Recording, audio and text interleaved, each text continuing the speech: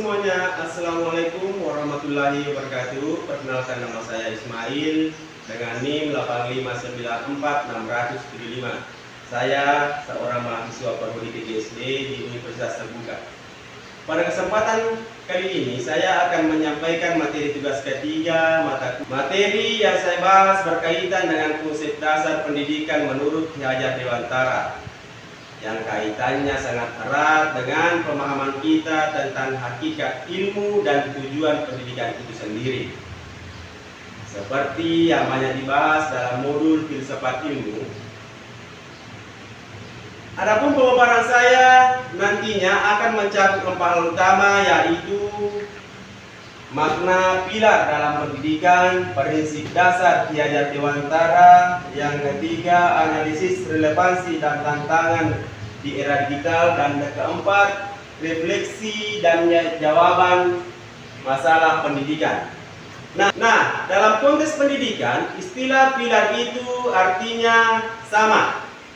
Ia adalah tiang penyangga, fondasi utama, atau prinsip dasar menjadi acuan seluruh kegiatan pendidikan. Pegangan supaya apa yang diajarkan di dalam dunia pendidikan dapat dilakukan dalam dunia pendidikan tidak menyimpang dari tujuan utamanya, yaitu membentuk manusia yang berilmu sekaligus berkarakter. Tanpa pilar yang jelas hanya sekedar memindahkan pengetahuan tanpa makna yang mendalam. Dan yang kedua, prinsip dasar Ki Hajar Dewantara. Ada 3 prinsip pendidikan menurut Ki Hajar Dewantara. Yang pertama, Ingarso Suntulodo. Ingarso Suntulodo artinya di depan memberi contoh atau teladan.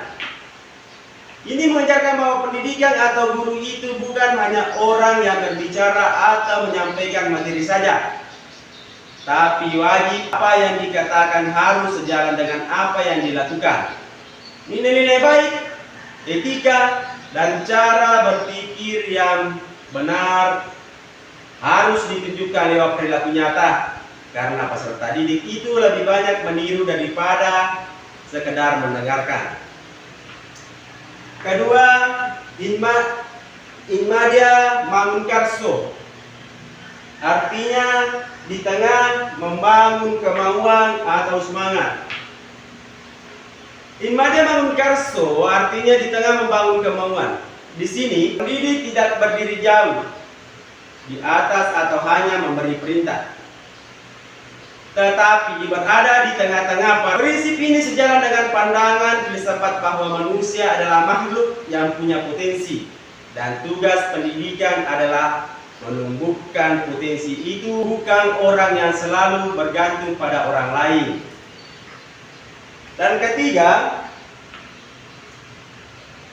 analisis relevansi dan tantangan di era digital. Kita masuk ke bagian analisisnya.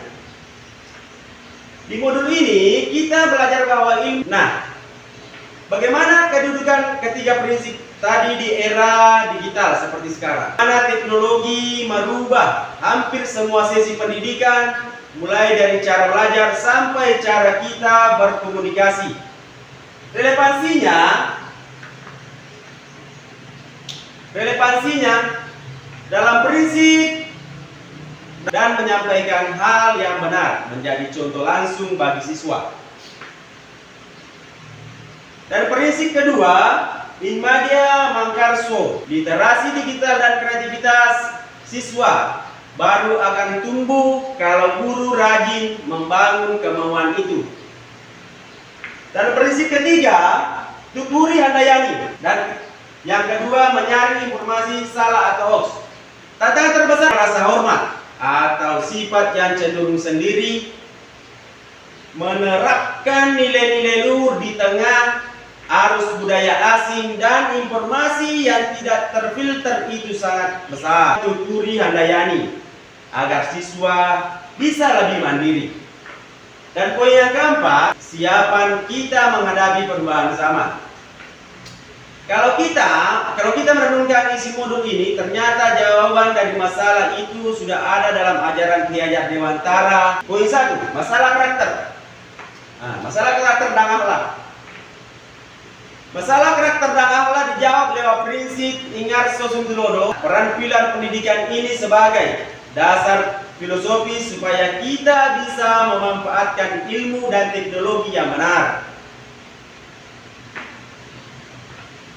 untuk kemajuan manusia, supaya kita bisa memanfaatkan ilmu dan teknologi dengan benar untuk kemajuan manusia dan bangsa.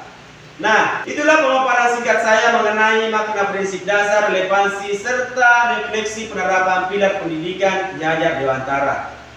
Semoga apa yang saya sampaikan ini bisa memberikan gambaran yang jelas tentang materi yang ada pada modul filsafat ilmu. Sebagai penutup, saya menyadari bahwa masih banyak kekurangan dan penyampaian. Sebagai penutup, saya menyadari masih banyak kekurangan dan penyampaian ini. Oleh karena itu, saya memohon maaf. Dan sedalam-dalamnya dan cukup sekian dari saya. Wassalamualaikum warahmatullahi wabarakatuh.